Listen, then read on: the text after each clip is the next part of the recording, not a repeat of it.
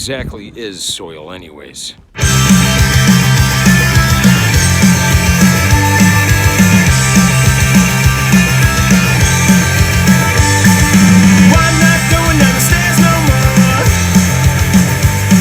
There's something here living under the floor. I haven't seen it, but I know it's there. No, I'm so scared I wear my underwear.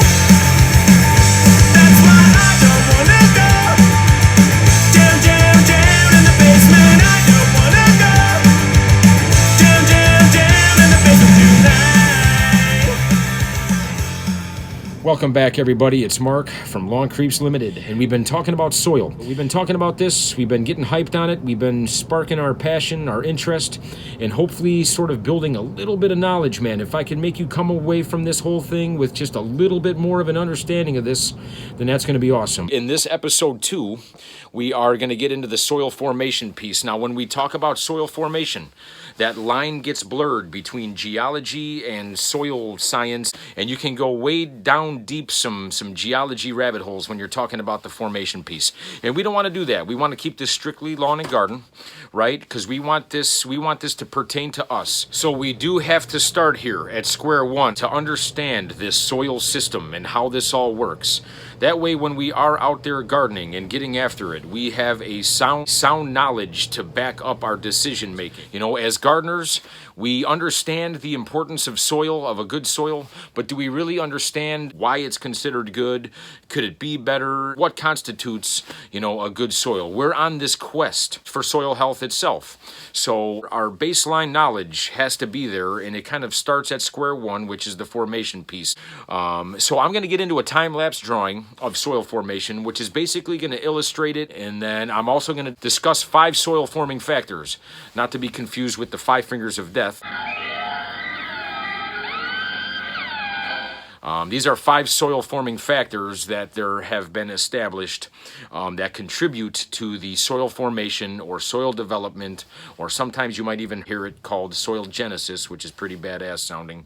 So maybe from now on, I think you should call it soil genesis. Now, we can go back as gardeners and as lawn care people, and we can amend our soil, reverse soil degradation by doing certain things. As gardeners, we can definitely build soil, and we can do it in a relatively short period of time on our end in our own, gardens and yards here. But when we're talking about soil in its natural habitat, we are talking about a development process, and it is essentially the result of weathering against that original parent material. Weathering of parent materials. All right, so real quick here, I just kind of wanted to give a visual.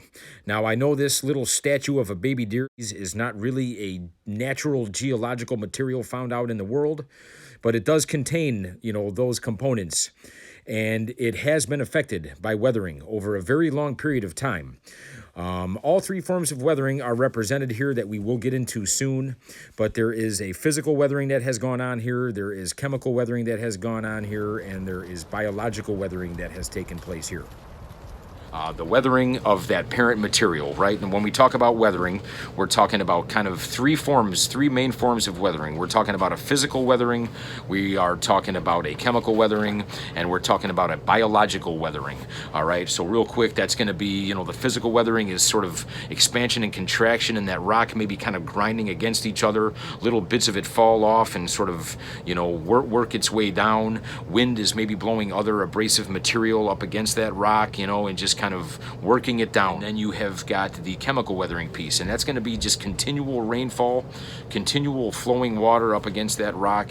We all know about the Grand Canyon and kind of how that was formed, right? So, and then there is biological weathering, and that is kind of that early succession vegetation starts growing. The mosses and the lichens start forming on that rock, and that kind of sort of pits that rock out.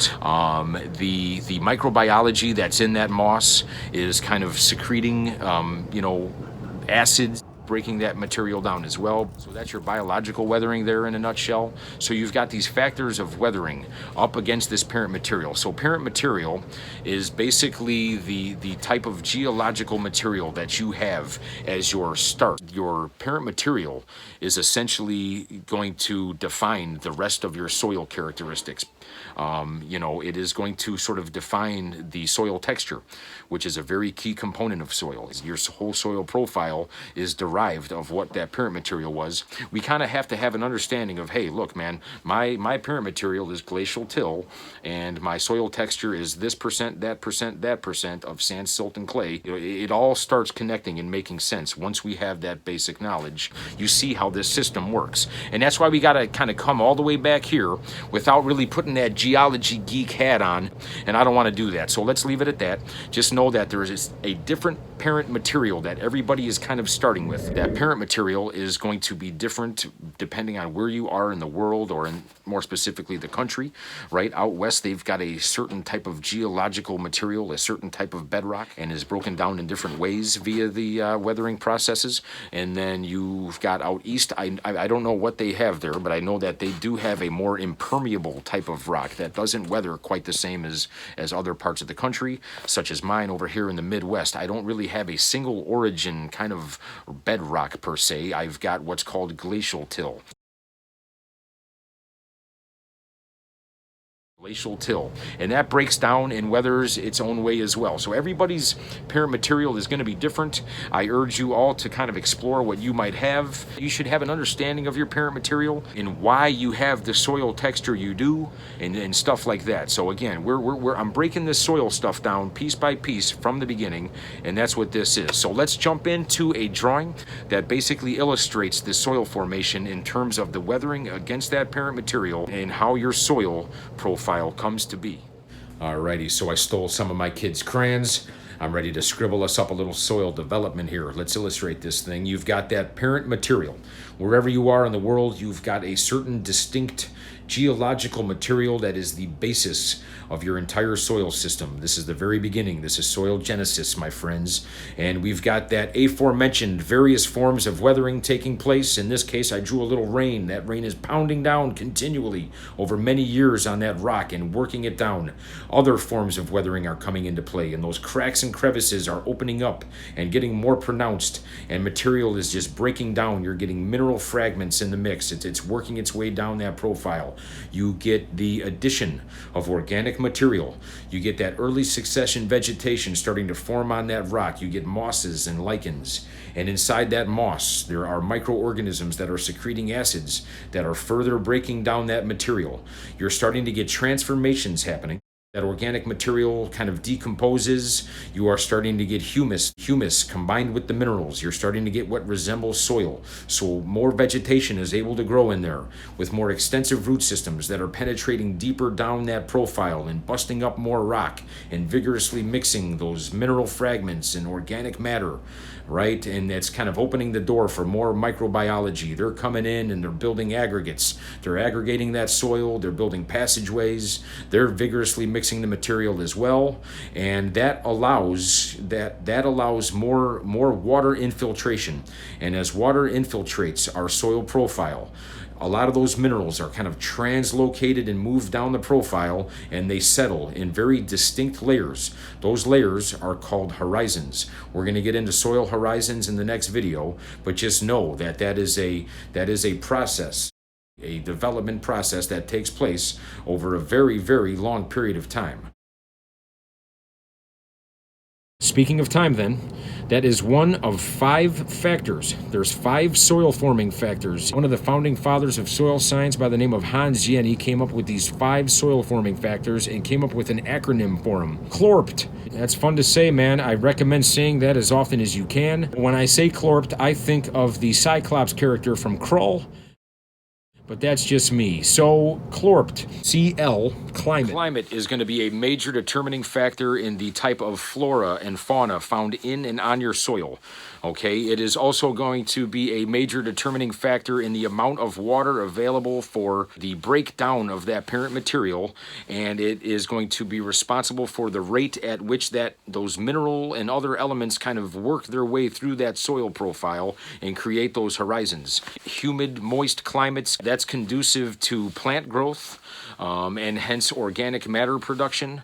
So if you're in a dry climate, you know, your soil is forming differently than you are over here by me. So obviously climate has a lot to do with soil formation. O, C-L-O. O is organisms. I just mentioned flora and fauna, right? Plants and animals, as well as the entire soil food web, the microbiology as well. Those that watch my videos and know me know I'm all about that life in the soil.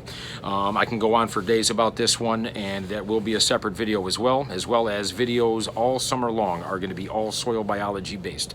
Organisms though, it's plants and animals, right? It is the vegetation that's growing in that soil. You know, those root systems are busting through those layers. They're cycling nutrients. They're bringing nutrients from lower layers to upper layers. They're creating channels. They're creating the ability for water to infiltrate and create those horizons. The earthworms, the macro arthropods, spiders, bugs, pill bugs, everything. Even the mammals, the above ground guys, birds. Birds carry little fungi and bacteria on their feet, and they transport that to different parts of the soil, right? The whole soil food web plays a part in this thing, and that's a part of soil development. The microorganisms, you know, what they do in the soil, I'm not going to wax poetic on that here. Just know that they do, in fact, produce glues that actually create micro aggregates and, in turn, macro aggregates with the fungi. The fungi pull it all together and form macro aggregates. They do a lot in the soil for the development of our soil, and I'll just leave it at that. The next letter is R, and that is relief. That's a basic one, right? That's the lay of your land, the hillside, the slopes. You know, that soil, you know, profile there is going to be different than it is down in the gully and stuff like that. So obviously the topography of your land has a large part to play in soil formation. All right, so that is R. P, that would bring us to P. P is the parent material. So parent material, I don't think we really need to rehash this. I think we talked about parent material enough in this video thus far. Just know that the type of parent material you have is going to determine how the soil is developed, and it's going to determine some of the other characteristics of your soil. So that leads us to T, which I've already discussed, and that's time. In the natural world, an inch of topsoil, of beautiful topsoil, takes thousands of years to form. Okay, again, as gardeners, we can do things in our own yard and sort of build soil. But in its natural habitat, soil takes a very long time. And the more time soils have to develop, the more pronounced that soil profile becomes, and the more cohesive it all becomes as a working system. So that's about it. I leave you with a little thought here that kind of encapsulates the whole soil formation piece in more of a poetic stanza, and that is this: soils develop as a result of the interactions between climate, organisms, and the relief as it influences that parent material over time. C-L-O-R-P-T. Chlorpt. All right then, kids. We'll go ahead and see you next time when we start talking about those soil horizons.